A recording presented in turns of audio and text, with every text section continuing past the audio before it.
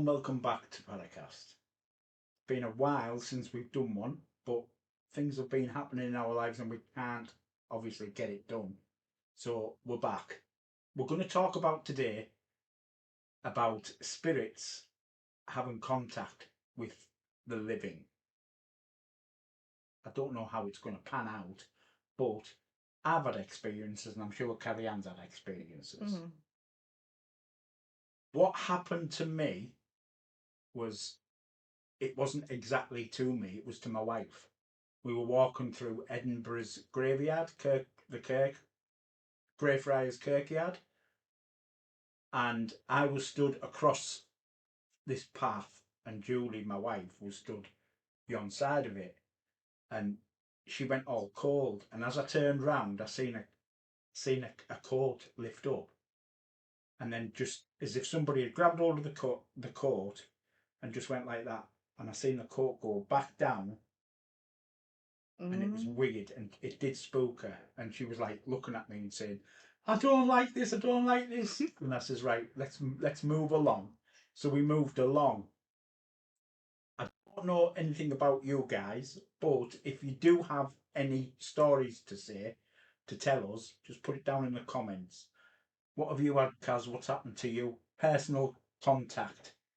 Well, being a medium, I'm always having like physical touch, physical contact. I see, I hear, I sense, and physical feeling as well. There's been a lot of occasions. Obviously, I work the platform for the churches, but my free time in my own personal space, when I'm not doing a service, I've had many occasions of touch and stuff like that. Do you have any, like, obviously you into your mediumship and that, does that ever come up, like, inflict when you have somebody, like something happen to you, like a physical contact with, obviously it's a ghost or anything like that? Do you have any? Yes, Can you differentiate a good spirit to a bad spirit? absolutely. Now I'll start off with like when we've lost a close relative and that relative's been funny, loving and stuff like that as you know them when they're alive. Yeah. They go, the pass on, the pass away and they move on. They bring that same feeling to you, so you feel that love. Yeah. But then you've got the ones who have been horrible when they've been alive, like murderers and really nasty people. They've passed over and they're still, if they haven't found peace or rest, they still carry that nature with them.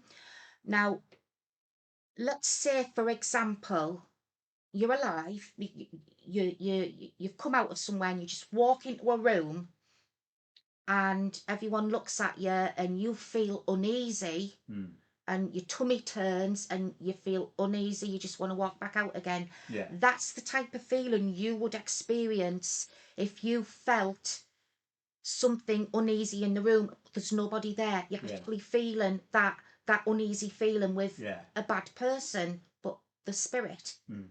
So you would get that uncomfortable feeling. With me, I get like a off balance feeling. I feel sick. I feel uncomfortable, and it's just that feeling of like I need to leave and walk out the room. Yeah.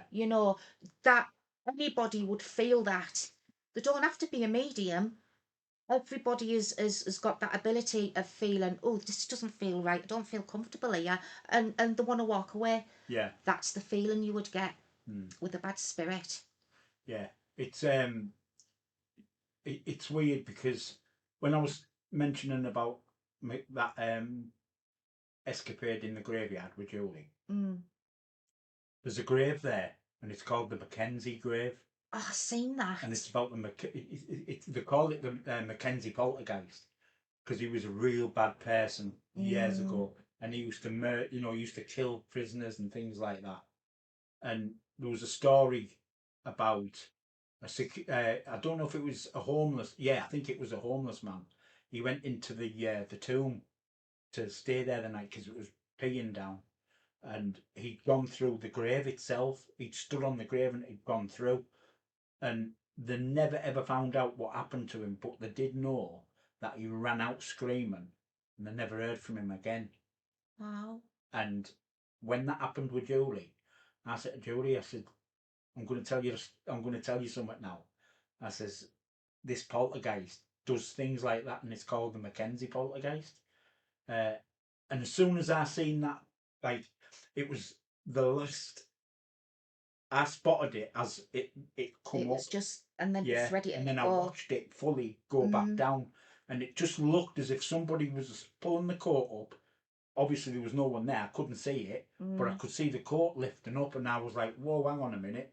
And when it come down, she said, "I don't like this. I need to get out." And I says, "Right, let's move along." And I just knew straight away, Mackenzie poltergeist. It was weird. And yeah, that would have been lovely to see, because I know Julie, and like she is kind of like, she says she doesn't believe, Yeah, and she's quite skeptical, but I know underneath that yeah, little blanket of yeah. doubt there is some sort of, I think that's in us all, you know. yeah, that A is. lot of people are just ignorant to it. Well, yeah, they've not. I suppose they haven't had that experience to, I don't know, say I'll see it when I believe it, Yeah, and they haven't had the experience. yeah, But then I've worked with some skeptics, mm, and they're like that, and then I've actually seen the yeah, shock and the I want to go out type of attitude, and I'm yeah, like, well, you don't believe, what's the matter? yeah, Well, I know there's something here, I just want to go out, yeah, and I find that amusing. yeah. It's I do. I remember going to. You remember we went to that the asylum, Mm. and that's where there was the kids in the little Oh, cubbyhole, where wasn't they there? used to put the kids in for, Yeah, naughty behaviours, they yeah. would call it. Well, do you remember when we were stood in the dormitory way, weren't we? Yeah, And there was like a little door, wasn't there? And that's where they used to shove them in. And yeah, it was like a little cubbyhole. And I remember standing there, and you'd gone in, and there was a woman stood there. I don't know which. She obviously wasn't with us, but she was with another group. And she went, "I don't know if I don't know if I can believe this, you know." And then she just turned white, and I went, "What's the matter?" And she went, "Did you not feel that?" And I went, "The cold." She went, "Yeah, it was like a big rush of air." I went, "Yeah." I said, "Something's around us." And she's like, and I went, "Oh, do you believe in it?" And she went, I'm beginning to think so." yeah. And I went, "Yeah." I said, it's not nice, is it?" And she went, "No." But talking about physical contact, now, when before we had our own group developed, our own hunting team developed, we went as paying guests with this other bloke. I won't Yeah, mention his name, but we went, and and I can't remember where it was, but we went into this hall. It was just a community hall, but it had a lot of history in there, yeah, and nobody knows what goes on yeah, except maybe somebody who has the history written down but does not reveal anything to yeah, anybody yeah, until afterwards. mm, Anyway, I remember walking in, and on the obvious is it yeah, the voicey one, yeah. The obvious. it's my name, Mm, it's Carrie Ann, it's her. yeah, And then all it said was witch. yeah, So I said, oh, I'm a witch. Anyway, I walked in, and then all of a sudden I felt like a off balance feeling, a surge of feeling sick, a surge of feeling uncomfortable, and then I got this sudden pain around my eye socket. And you know when you can feel something, your skin pulsating as if it's puffing up yeah, and swelling? Well, when we came back out and we were sat having a cuppa, everyone was taking pictures. I had a black eye, and they actually took photographs. I don't know who's got the picture of that. I think it was the bloke that done it. I'll have to ask about yeah. to see if someone's got it. But I had a black eye, and it was there for maybe a couple of days, and then it went like that. Mm, But yeah, so that is physical touch, yeah, physical contact. yeah, And I've had many encounters. I've had children tug on my clothes. I've had my face. I've had somebody kiss me. I've even had a very uncomfortable experience. I mean, I'm not going to mention, but it's something that a woman would not like to have that done. I've had that type of touch, and the only thing you can do when I teach people is learn about protection. And yeah, physical touches can come in different ways. Yeah. It can come into a lovingly way, Mm. and it can come into a damn right nasty way. Mm. There's that saying, isn't there? The dead don't bother me because the dead can't harm you. Mm, You see all these reports, like the Enfield poltergeist, mm. the Amityville. I don't think it's them. I think what it is, it's like it's it's a possession, isn't it? Physical touch isn't a possession. No, I don't mean. I mean when it gets really bad. Yeah. Like the Amityville. There is a thing of possession, and Yeah. there's 3 stages, isn't there? So it's not just physical control. It's like it delves into the inner spirit, doesn't it? It's like Yeah. it can take over you, and that's what Can affect your nature, it can affect your moods, it can affect how you feel. But I tell you, out of curiosity, my son took me to, and I won't say any names or places, a church. And it was nice for me to sit in a congregation and just enjoy watching someone else do a service. Yeah. Now, I'm in all respect of people's beliefs and their opinions. Yeah. I will not kind of like criticize them, because everybody will have an opinion, and rightly so, and they'll have their own experiences. But there was a particular medium, and she had like a learner on, and she just out of nowhere, she blatantly said, "I do not believe in attachments." And apparently she's been doing mediumship for maybe a lot of, like maybe 20 years, something like that. And I thought, that's your opinion. You've probably never experienced it. Yeah. But I can tell you now, my opinion is because I've worked with it and I've experienced it. I've had witnesses. I've had to deal with people who have had them. I've had one myself. I know how it feels like, and it can impact on your health. Yeah. And your mental state and physical health. And some people are aware that there's somebody there watch them, but they can't see them. They know somebody stood behind them, but they can't see them. They're looking round. Yeah. It's an attachment. And what it is, it's spirit that hasn't passed over. They've been attracted to be with you for whatever reason. There's many reasons why. And so attachments do exist. Yeah. Now, when you get certain people who think they know it all, and to me, you can be a medium, but it doesn't mean to say you've got the knowledge. Yeah. You get the knowledge through experience. If she hasn't experienced and thinks, I don't believe in attachments, to me, she needs that experience to know what she's dealing with. Yeah. To know how to deal with it, as in self-protection. See, if you're a medium, you will at one point experience an attachment. Yeah. Because that's who you are. Yeah. It's like a lot of people say, "Oh, it's all made up. It's all made up." When it comes to like different cases, as in the Warrens, what they go on, it might be it might be hyped up a little bit, but that's down to the person that is excited. Now, I can understand that, but when it comes to things that actually happen physically, that's something you're not going to be able to explain, is it? As to what it is. In certain aspects what it is, but you don't know what type of thing it is. It's like it's like demon possession.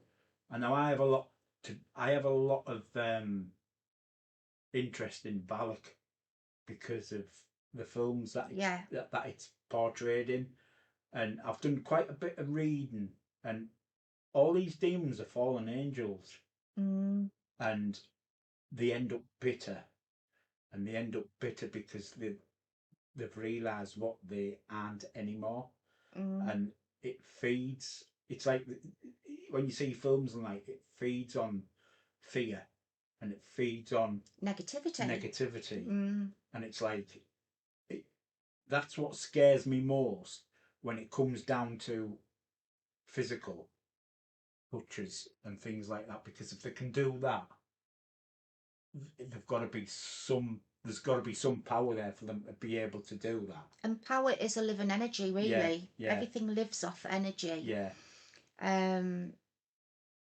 But yeah, it can come in so many ways. Yeah. You know, I've learnt my children protection and stuff like that. But have you heard about these new toys? There's these new toys, guys, right? I think they're called Loomies, or what they're called. Oh, there's a demon. There's a demon, and it's got a name. And anyway, there's these little toys that are selling all over, and the name of them toys sounds similar to this demon's name.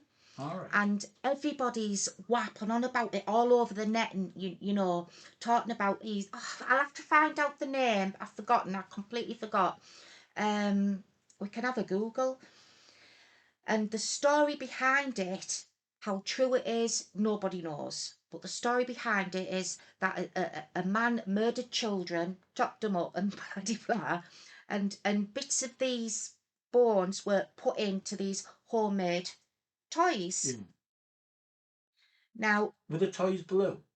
Yeah, and they can come in different colours, but they look ugly and horrible. Yeah, I think I know which ones you're on about. Have they got like a triangular face? So yeah. Yeah, I think I know.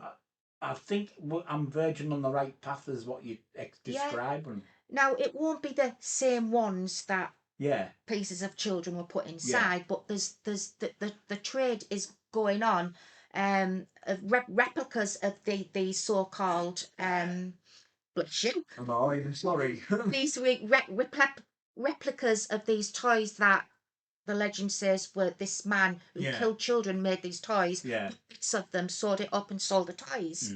And then when people bought these toys and they brought them home, the children were having nightmares, and they had a lot of poltergeist activity going on in the house. Yeah. Don't know how true that is, but by God, they are selling these toys. Yeah. I've seen them. I've seen them in this paper shop, you know, your corner shop. And oh God, they look ugly. I'm like, they're not really nice to buy, but apparently kids are going bananas for them. Yeah. But yeah.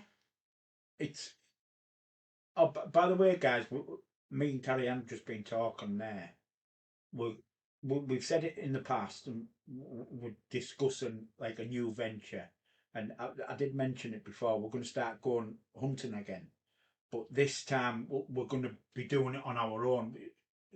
We're going to have people come with us, but it's a case of if they want to type of thing.